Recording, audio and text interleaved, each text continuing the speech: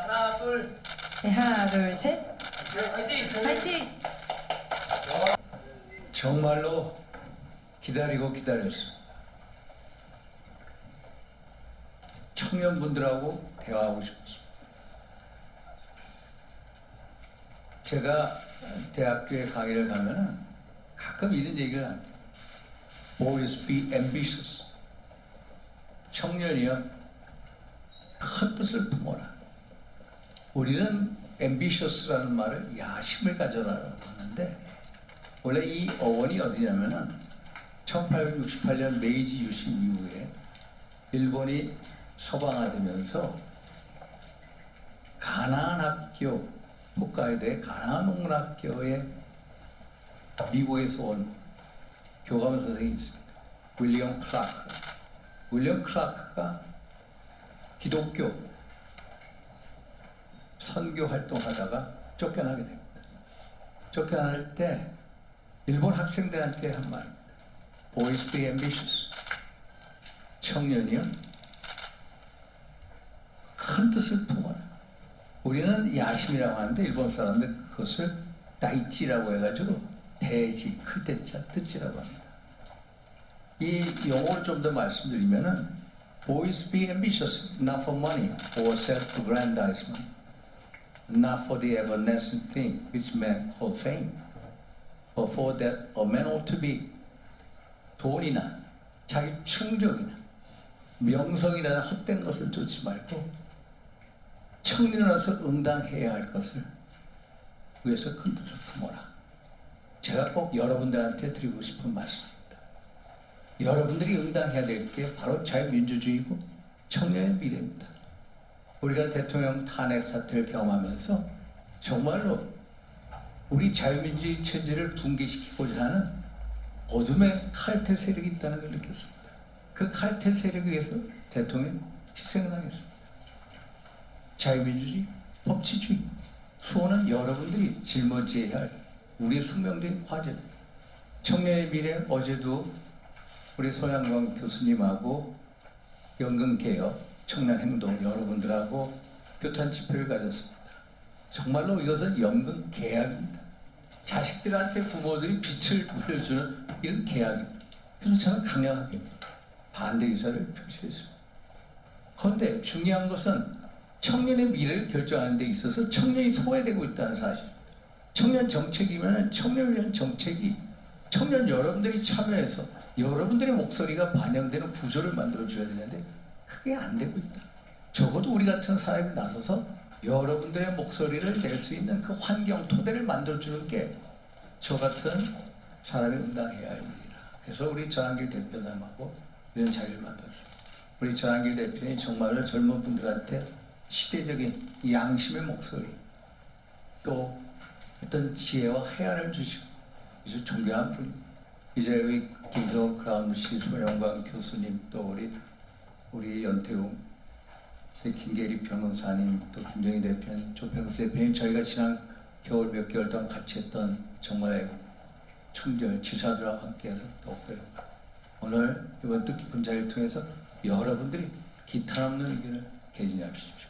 저희들이 답하도록 하겠습니다. 고맙습니다. 네, 윤상현 의원님 감사합니다. 다음으로 나경원 의원님의 인사 말씀을 청해 듣겠습니다. 큰 박수 부탁드립니다.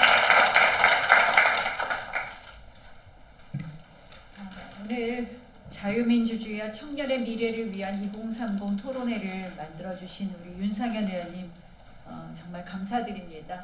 사실 이번 탄핵 과정에서 정말 애 많이 써주셔서 우리 정말 동료 의원님이시지만 참 제가 좋아한다, 더 좋아하게 됐다는 말씀을 또 이 자리를 빌어서 드립니다. 또 우리 전한길 선생님도 흔쾌하게 발제해 주셔서 감사합니다.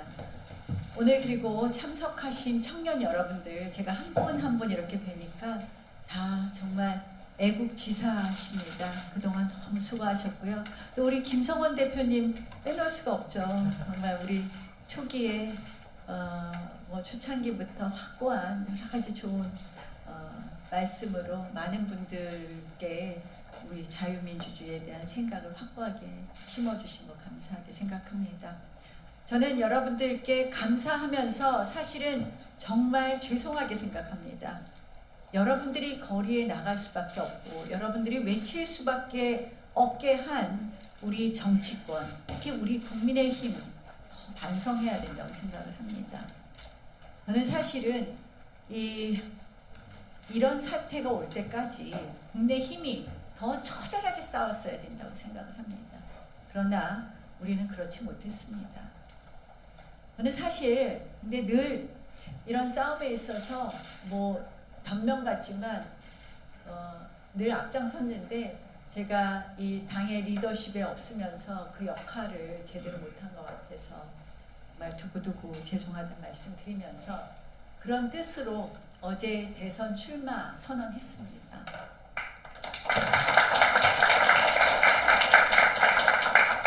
저는 이번 대통령 선거는 바로 체제 전쟁이라고 생각을 합니다. 반국가 세력과의 싸움이라고 생각을 합니다. 청년들이 생각하는 대한민국의 미래, 청년들이 생각하는 지금 대한민국에 대한 걱정은 다른 것이 아닙니다. 대한민국의 헌법 가치가 무너지고 있기 때문에 여러분들의 미래를 담보할 수 없게 된 겁니다. 우리 청년들의 이야기라면 일자리, 앞으로의 주거, 교육 이런 이야기입니다. 이런 것이 다 무엇이냐? 바로 대한민국의 헌법 가치가 지켜지지 않으면 그 가장 중요한 자유민주주의, 시장경제 그리고 법치주의가 지켜지지 않으면 지속 가능한 대한민국이 안 되고 결국은 여러분들의 미래를 담보하지 못하게 되는 겁니다. 그래서 우리는 그 자유를 위한 반국가 세력과 더 가열차게 전 싸워야 된다고 생각을 하고 이재명 대표가 엄청 진짜 대한민국 하면서 이야기하지만 이게 다 말뿐인 포장이라는 거 우리 잘 알 것입니다. 결국 이번에 대선에서 우리가 자유민주주의를 비롯한 이 헌법 가치를 지키는 이 진영이 승리하지 않고서는 여러분들의 미래를 담보할 수 없을 것 같아서 나섰습니다. 앞으로 여러분들의 말씀 더 많이 듣고요. 또 여러분들을 위한 정말 대한민국 지키는 거 게을리하지 않겠다는 말씀 드립니다. 제가 정치 처음 들어왔을 때부터 제 정치의 꿈이 뭐냐고 하면 제가 늘 하는 이야기가 있습니다. 우리가 사는 대한민국보다 더 좋은 대한민국을 우리 다음 세대에게 물려주고 싶다. 제가 애기 엄마라서 그런 겁니다. 다음 세대 청년 여러분들에게 더 좋은 대한민국 만들기 위해 우리의 가치 잘 지켜가겠습니다. 고맙습니다. 박영현 의원님 감사합니다. 다음으로 장동혁 의원님의 인사 말씀을 청해 듣겠습니다. 큰 박수 부탁드립니다. 우선 청년 여러분들 뵙게 돼서 반갑습니다. 앞에서 말을 다 해버리면 뒤에 분들이 이제 머릿속에서 하려고 하셨던 말씀을 하나씩 지우다 보면 남는 게 없어요. 그렇게 순서를 보니까 3명은 인사말, 나머지 분들은 인사말씀. 차이가 뭔지 한참 생각해봤는데 그래도 인사말씀보다는 짧게 하라는 의미로 인사말. 위기 아닌 적 없었고 말세 아닌 적 없었습니다. 그렇지만 우리가 경험하지 못했던 새로운 형태의 이중 첫 패권 전쟁을 하고 있고 우리는 체제 전쟁에 직면해 있습니다. 그래서 왜 우리가 자유민주주의와 청년의 미래를 위한 이런 이름을 붙여가면서 토론회를 하는지 여러분들은 다 잘 알고 계실 것이고 다 공감하실 것이기 때문에 오늘 이 자리에 모였습니다. 그리고 그런 우려와 걱정들이 겨울에 많은 청년들과 시민들을 광장으로 이끌어냈습니다. 아직도 우리는 그 우려를 다 떨쳐내지 못했고 오히려 지금 더 우려가 커지고 있기 때문에 누군가는 자유민주주의를 지켜야 되고 돈보다 목숨보다 귀한 자유를 지켜내야 된다고 하는 절박함 때문에 오늘 여기가 모였습니다. 오늘 많은 좋은 의견 주시면 저도 듣고 가겠습니다. 고맙습니다. 장동혁 의원님 감사합니다. 다음으로 2030 청년 세대들을 격려해 주시기 위해 참석하신 내외 귀빈 여러분을 소개해 드리겠습니다. 이분 내외로 간단히 인사 말씀 부탁드립니다. 김계리 변호사님 참석하셨습니다.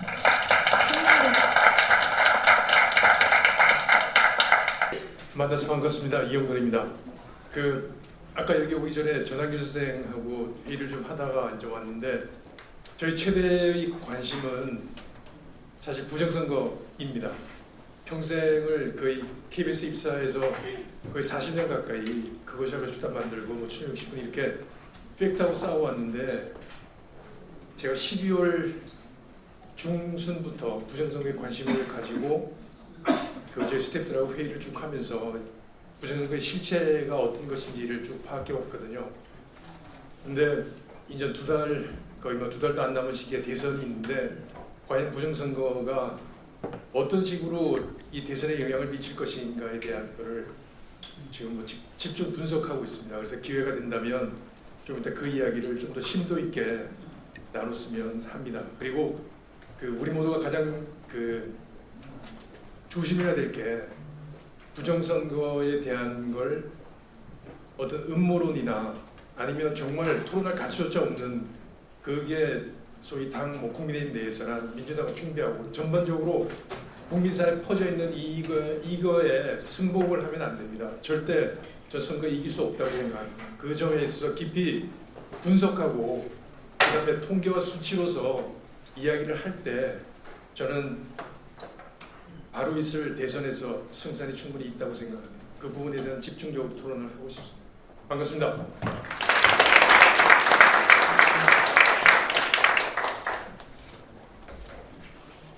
네, 감사합니다. 그럼 이어서 다음 순서로 넘어가겠습니다.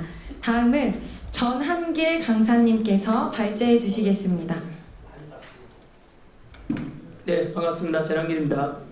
먼저 오늘 2030 세대 토론회 주제를 해가지고 많은 분들 참여해 주셔서 감사드리고요. 제일 먼저 이 자리 만들어 주신 윤상현 의원님 감사드리고요. 또 참석해 주신 나경원 의원님, 장동희 의원님 모두 감사드립니다. 아마도 이 국회의원들께서는 누구보다도 우리 2030 또는 청년 세대에 대해서 관심이 많은 것으로 보입니다. 그래서 대단히 감사드리고 덧붙여서 오늘 주인공이 되겠지요. 2030을 대표하는 단대청 그리고 자유대학을 중심으로 해서 각각 메인되는 토론자 두 분하고 또 관련 있는 관심 있는 분들 참석해 주십시오라고 했는데 오늘 주말에 귀한 시간 쪼개서 와주셔서 감사드립니다. 먼저 원래는 대선 승리를 위한 보수파 승리 이런 주제를 하려고 했는데요. 선거법 관련이 있다 해가지고 주제를 조금 바꿔서 자유민주주의와 청년의 미래 이런 주제로 좀 바꿨다는 점 알아주시고요. 두 번째 원래는 시간 배분이 우리 내빈들 길게 좀 하고 싶은 말씀 많지 않겠나 해가지고 길게 잡았다가 아니 오히려 청년들의 이야기를 듣고자 이렇게 만든 거니까 내빈들의 인사는 말씀은 최대한 줄이고 가급적 청년들 목소리를 들어보자 이런 취지라는 거. 그래서 시간 배분 보시면은 얼마나 오늘 여러분들 의견을 듣고 싶어 하는지를 알게 될 것입니다. 그래서 보통 우리 장외 광장 집회 때는 위에 단상 위에 올라가서 연설하시는 분들 중심이고 대다수는 이렇게 밑에서 박수 치거나 응원한다면 오늘은 청년들이 먼저 주제라는 말씀을 드리고 싶습니다. 먼저 이 오늘 토론회 이렇게 하게 된 것은 아시다시피 지난 탄핵 정국 속에서 정말로 연인원 수천만 명이 광장에 나와가지고 자유민주주의 수호, 법치, 공정, 상식이라는 이거는 뭐 보수든 진보든 또는 어느 누구를 지지하든 아니든 떠나가지고 우리가 추구하고자 하는 가장 보편적인 가치를 주장했었습니다. 바로 한 번 더 말씀드리지만 자유민주주의 그리고 법치, 공정, 상식이라는 너무나 명확하고도 너무나 귀한 이런 가치, 보편적 가치를 주장했었습니다. 그러다 보니까 많은 국민들께서 공감하셨고 또 그것을 이끌었던 게 사실은 2030 청년 세대였습니다. 그래서 뭐 우리 탄핵 정부 한 120일 거의 4개월 동안에 추운 한겨울부터 시작해서 아스팔트에 나와가지고 봄이 오기까지 기다렸습니다. 하지만 안타깝게도 봄은 오지 않았습니다.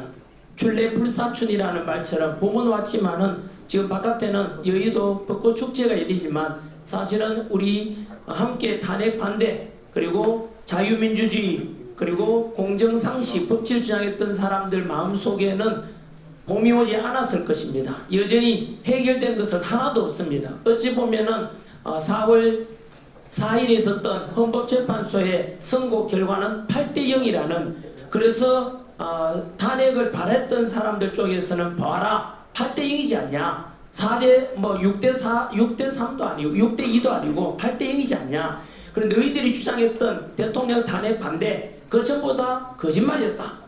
너희들 주장 옳지 않다. 이래서 거의 마타도 하듯이 언론에서도 마찬가지고 현재 뭐 덧붙여서 그 이어서 이제 대선 전국으로 들어섰지 않습니까? 그 속에서 탄핵을 찬성했는 입장에서는 더불어민주당과 더불어서 이것이 대세다 형식으로 선거몰이 하고 있습니다. 반대편에 있는 사람들 즉 탄핵 반대 자유민주주의 수호하고자 하는 그 주장에 대해서는 너희들 내란 동조 세력이다. 뭐 이렇게 매도하고 있고 선거 프레임을 그렇게 짜고 있습니다. 그래서 안타깝게도 우리가 뭐 현재 지지율로 봐서는 그렇게 몰아세우면은 당연히 뭐 명분에서 진 거 아니겠습니까? 그건 프레임일 것이고요. 뭐 당연히 내란이라는 것도 여전히 뭐 다 아시다시피 아직 내란이라는 재판도 받아보지 않았습니다. 그래 따진다면 정과 구범이 될 수도 있는 사람이 이재명 더불어민주당 이거는 팩트입니다. 이거는 뭐 선거법안이라도 관련이 뭐지 그냥 팩트 이야기지요. 유불리를 떠나가지고 그래서 정과 구범이 될 수 있는 이런 이재명 대표 입장에서는 현재 재판 중인 것도 많지 않습니까? 5건이나 있는데 하지만 형이 확정되지 않았기 때문에 우리 의원은 뭐 옆에 법조인 3분 다 계십니다만은 무죄 추징 원칙에 따라서 당연히 아직은 형이 확정되지 않을 때는 무죄라는 걸 안다면은 윤석열 대통령에 대해서도 탄핵이 되었고 하지만 재판은 현재 1심도 이루어지지 않았습니다. 형이 그러면은 무죄 그러니까 내란이라는 말 자체도 하면 안 되는 것이죠. 어쨌든 분위기는 그렇게 몰아가고 있는 속에서 제가 이걸 준비하게 된 토론을 준비하게 된 것은 사실상 우리 그 지난 겨울에 탄핵 전국 속에서 주도했던 단체가 세이버 코리아 그리고 한쪽에서는 정광 목사님을 중심으로 한 또 광화문 쪽 이렇게 해서 양쪽에 진행되다가 4월 4일 날 그 헌법재판소의 탄핵 선고가 끝난 뒤에 이제 세이버 코리아 쪽에서는 이제 활동을 그만하기로 했기 때문에 그리고 또한 광화문에서도 마찬가지로 또 여러 의견이 있는 걸로 알려졌습니다.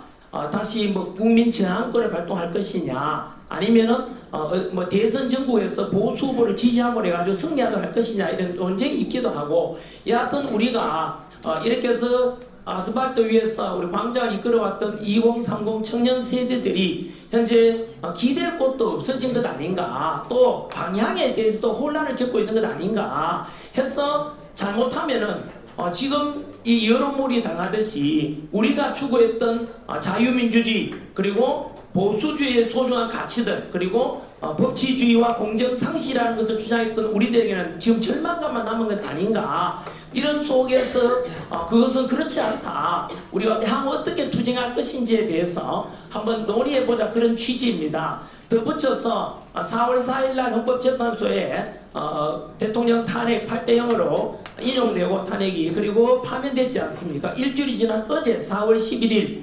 아시다시피 윤석열 대통령께서는 이제 관저를 떠나서 사저로 돌아오셔서 일반 국민의 품으로 돌아온 것입니다.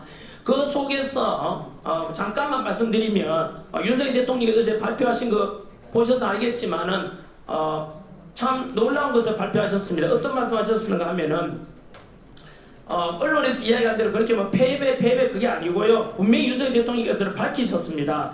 첫 번째 5년간 일하는 것보다 비록 3년이었지만 많은 일을 해냈다라고 말씀하셨었고요. 그리고 자유와 인권과 자유민주주의를 어느 누구보다 수호하고자 했다라는 말씀하셨고 그리고 앞으로도 자유와 번영을 위해서 싸워 나가겠다. 그리고 이제 시작이라고 말씀하셨습니다. 놀라운 말씀이라고 저는 생각하거든요. 이제 시작이라고 말씀하셨고, 그리고 뭐 십자가에 못 박힌 예수님께서 마지막에 십자가에 못 박히기 이전에 하신 말씀이었습니다. 다 이루었다라고 말씀하신 것처럼 윤석열 대통령께서는 말씀하시기를 역시 나도 많이 다 이루고 돌아왔다라는 말씀하셨습니다. 다 이루고 돌아왔다. 저는 이것이 끝이 아니라 시작이라는 뜻으로 받아들여집니다. 이유는요, 오늘 우리 토론에도 마찬가지고 아까 잠깐 말씀드린 대로 지난 4개월 동안 우리가 추구했던 그런 가치는 1단계적으로 볼 때는 헌법재판소의 탄핵 인용과 대통령 파면으로 패배한 것 같고 실패한 것 같지만 결코 그렇지 않다는 것도 저는 분명히 말씀드리고 싶고, 이루어놓은 것도 사실은 없습니다. 당장 눈에 보이기는. 많은 사람들은 덧붙여서 그냥 너희들 탄핵 그리고 괜히 내란 동조 세력이다 이렇게 해서 아마 많은 청년들은 좀 절망감에 빠지는 분들도 많을 겁니다. 이 속에서 우리가 비상기업과 탄핵 증오에서 드러난 윤석열 대통령께서 아까 말씀하셨던 비상기업이 아니었다면 알 수 없었던 많은 문제점들을 알려주셨거든요. 실제로 만약에 우리 청년들의 가치는 광장에 나오지 않았다면 이미 지난 2월달에 4월 4일이 아니라 2월달에 8대0으로 벌써 그들이 짜여놓은 각본대로 대통령은 파면되었을 겁니다. 그나마 한 달 넘게 동안 이게 더 진행된 것도 그만큼 국민들이 깨어났기 때문이라 생각합니다. 먼저 윤석열 대통령께서 또 우리가 보편적으로 알고 있는, 누구나 알고 있는 사항이 있지 않습니까? 비상기업이 없었다면 사실 자유민주주의 벌써 무너졌을 거라 저는 생각합니다. 그리고 알게 모르게 우리나라는 망해갔을 것이고, 또 그 외에도 우리가 뭐 그냥 들어보면 아시다시피 첫 번째 드러난 문제가 22번 당시에 결과 29번의 탄핵, 그리고 뭐 행정부를 마비시킬 만한 예산안 삭감, 대통령 특활비 빵을 만들므로해서 도저히 대통령을 견딜 수 없게 정책 수행을 못하도록 만든 민주당의 그런 폭거도 국민들에게 알려주었고, 공수처가 얼마나 불합리하고 불법적인 수사를 하는지도 알게 되었고, 서부지법에 역시 그 영장 판사가 창경 판사를 비롯해서 그 앞에 영장 구속영장 말고 체포영장 발부했던 이순영 판사라든가, 그리고 두 번째가 그 누구였죠? 신한미 판사까지 해서 많은 청년들에게 알다시피 법이 아니고 뭐 너무나 불합리하고 또 불법적인 영장 발부까지 있었던 거 봤고, 그 서부지법을 비롯해서 우리 사법부에 두려워진 엄청난 좌익 카리스텔, 좌파 카르텔에 대해서 또 알게 해줬고, 또 878건의 비리로 엉망인, 또 대통령께서 비상기업 때 언급하신 성과의 문제점까지 다 하지 않습니까? 878건의 비리와 이런 문제들, 가족회사라 그러고 그리고 가족 채용, 친인척 채용 당연하다고 말함으로써 2030 청년들이 얼마나 많이 공부를 했지 않겠습니까? 뿐만 아니고 헌법재판소도 법치에 따라서 우리가 뭐 예를 들면 선고를 했다면은 많은 국민들께서 비록 8대1 되더라도 승복했겠지만은, 우리 비록 결과는 승복했지만 그 과정에서 보게 되면 10가지 위법 사항이 있었던 것도 다 알게 되었고, 또 8대0이라는 것은 너무나 정치적인 판결이라고 다 알지 않습니까? 그 민주주의의 정면 도전이라고 저는 봅니다. 왜냐하면 전 국민들께서 윤석열 대통령 직무 복귀를 원했던 게 50% 가까이 되는데, 민주주의의 근본이 국민의 뜻일 건데 헌법재판으로 국민들을 전혀 고려하지 않았습니다. 광장에 나와서 그 추운 겨울에 국민들이 주장했던 수천만 명의 주장을 완전히 묵살했습니다. 민주주의에 대한 정면 도전이고, 비록 결과에 대해서 저는 승복한다고 했지만은 과정에 대해서나 또는 내용에 대해서 승복할 수가 없습니다. 동의할 수가 없는 것이지요. 또한 불의한 재판관들 마찬가지로 거기에 있었던 앞으로 두고두고 문제가 될 겁니다. 이미선 재판관은 자기 여동생이 또 친여동생 이상희 변호사가 역시 대통령 퇴진과 또 탄핵주자였던 분이고, 또 정계선 재판관의 남편된 황필규 변호사 역시 대통령 탄핵주자였던, 그로 인해서 우리가 상식적으로 알고 있는, 그렇다면 이해관계를 상충될 때는 재판 회피 신청해야 되는 게 상식이지만 그들은 하지 않았습니다. 그런 속에서 이런 판결에 대해서는 결과는 당장에 저는 개인적으로 말씀드리면 2030 세대들에게 피 흘리게 할 수 없다. 혹시나 유해 사태가 발생하면 어떡할까 싶어가지고 결과는 승부한다 했고, 헌법적인 테두리 안에서 투쟁하겠다 그랬고, 그거는 연장선에 저는 끊임없이 투쟁하겠고, 오늘 또 그 주제 중에 하나입니다. 여하튼 그뿐만 아니라 그 언급했던 것들이 다시 말씀드리면은 민주당의 지난 탄핵 폭도, 그리고 공수처, 그리고 서부지법을 비롯한 사법부 문제점, 그리고 헌법재판소, 선관위, 그리고 지나친 좌편향된 언론의 편향 보도, 가짜 보도, 선도, 그리고 민노총이 아시다시피 잡힌 민노총 간부는 역시 북한 진영을 받고 했지 않습니까? 그 속에서 우리가 민노총 같은 것도 마찬가지. 금방 제가 언급한 한 8가지 정도 되는 것들은 현재 법치를 모두 무너뜨리고 공정사를 무너뜨린 주체들입니다. 그들에 대한 케이스는 하나도 되지 않았습니다. 현재. 그렇다면은 오늘 우리가 논의할 주제 중에 하나가 바로 이겁니다. 뭐냐면은 좋다. 그러면 앞으로 어떻게 어떤 방식으로 할 것인가에 대해서 쭉 언급해 봤고요. 마지막으로 주제를 추려보면은 또 윤의게인 주장도 많이 나오고 있습니다. 현재 윤의게인이 정확히 뭔지 아마 청년들 중에도 생각이 엇갈리는 걸로 알고 있습니다. 윤의게인에 대해서 어떻게 할 거냐에 대한 주제도 던지고 싶고요. 그 다음에 현재 경선 국민의힘에서도 경선이 진행 중에 있지 않습니까? 그래서 거기에 대해서도 앞으로 또는 경쟁에 가서도 어떻게 할 것인지에 대해서 한번 이야기 나눠도 괜찮을 것 같고요. 그리고 이영돈 PD님 오셨으니까 또 한 번 더 드리고 싶은 말씀은 저보고도 주변에서 전환길 자꾸 부정선거 언급하지 마라. 그것 때문에 자꾸 업무론자로 몰리고 불리하지 않냐라고 침묵하라라는 요구를 많이 들었습니다만은 그러나 그럼에도 불구하고 혹자는 이렇게 주장하는 사람이 있습니다. 이대로 만약에 선거제도 부정선거 의혹에 관한 걸 그대로 듣고 간다면 이대로 가서 대선을 치르자고 하면 아무리 해도 300만 표 이상 차이로 보수 우파는 패배할 것입니다. 죽다가 깨어나도 이길 수가 없을 겁니다. 라는 주장도 있고 또 혹자는 만약에 이런 제도 선거를 고치지 않은 상태에서 대선을 치른다면 만약에 보수 우파 후보가 이긴다면 63빌딩에서 뛰어내리겠다는 사람도 있습니다. 그만큼 이길 가능성이 0%라고 이야기합니다. 그러면 이런 것에 대해서 우리가 전혀 논의 없이 이대로 선거를 맞이할 것인가? 그거는 불 속으로 습을 들고 불 속으로 뛰어드는 것과 똑같다는 분도 많습니다.